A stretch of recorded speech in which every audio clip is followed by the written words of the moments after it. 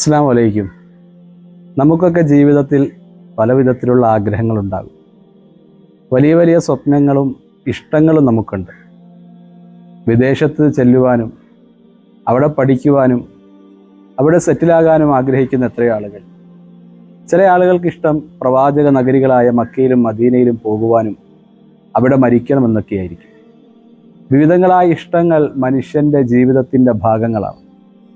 എന്നാൽ നിങ്ങൾ ഓർത്തിട്ടുണ്ടോ, നമ്മുടെ നേതാവ് സയ്യിദുന മുഹമ്മദ് മുസ്തഫ സല്ലല്ലാഹു അലൈഹി വസല്ലം തങ്ങളുടെ ഇഷ്ടങ്ങളെക്കുറിച്ച് നബിതങ്ങൾ തന്നെ പറയുകയാണ്. നബിതങ്ങൾക്ക് 3 ഇഷ്ടങ്ങളാണ്. 3 വസ്തുക്കളോട് വലിയ സ്നേഹമായിരുന്നു. ഒന്നാമത്തേത് അന്നിസാഉ, അവിടുത്തെ ഭാര്യമാരോടാണ്. നബിതങ്ങൾ ഭാര്യമാരെ ചേർത്ത് നിർത്തുമായിരുന്നു.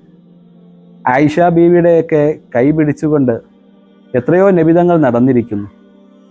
നബിതങ്ങൾ 11 വിവാഹങ്ങൾ ചെയ്തു എന്ന് പറഞ്ഞതിൻ്റെ പേരിൽ വിമർശനങ്ങൾ ഒരുപാടുണ്ട്. പക്ഷേ ആ വിവാഹങ്ങൾ മുഴുവനും അനാഥരെയും ആശ്രയം നഷ്ടപ്പെട്ടു പോയവരെയും ചേർത്ത് പിടിക്കാൻ വേണ്ടിയായിരുന്നു. ചേർത്ത് പിടിച്ച നബിതങ്ങൾ ഒരിക്കൽ പോലും ആ ഭാര്യമാരോട് അനീതി കാണിച്ചിട്ടില്ല. പ്രവാചകനായിട്ട് പോലും അവരുടെ എല്ലാ മാന്യമായ ഇഷ്ടങ്ങൾക്കും കൂടെ നിന്നു. കാരണം അത്രത്തോളം നബിതങ്ങൾക്ക് അവരെ ഇഷ്ടമായിരുന്നു. രണ്ടാമത് നബി സല്ലല്ലാഹു അലൈഹി വസല്ലം തങ്ങൾ ഇഷ്ടപ്പെട്ടത് സുഗന്ധമാണ്.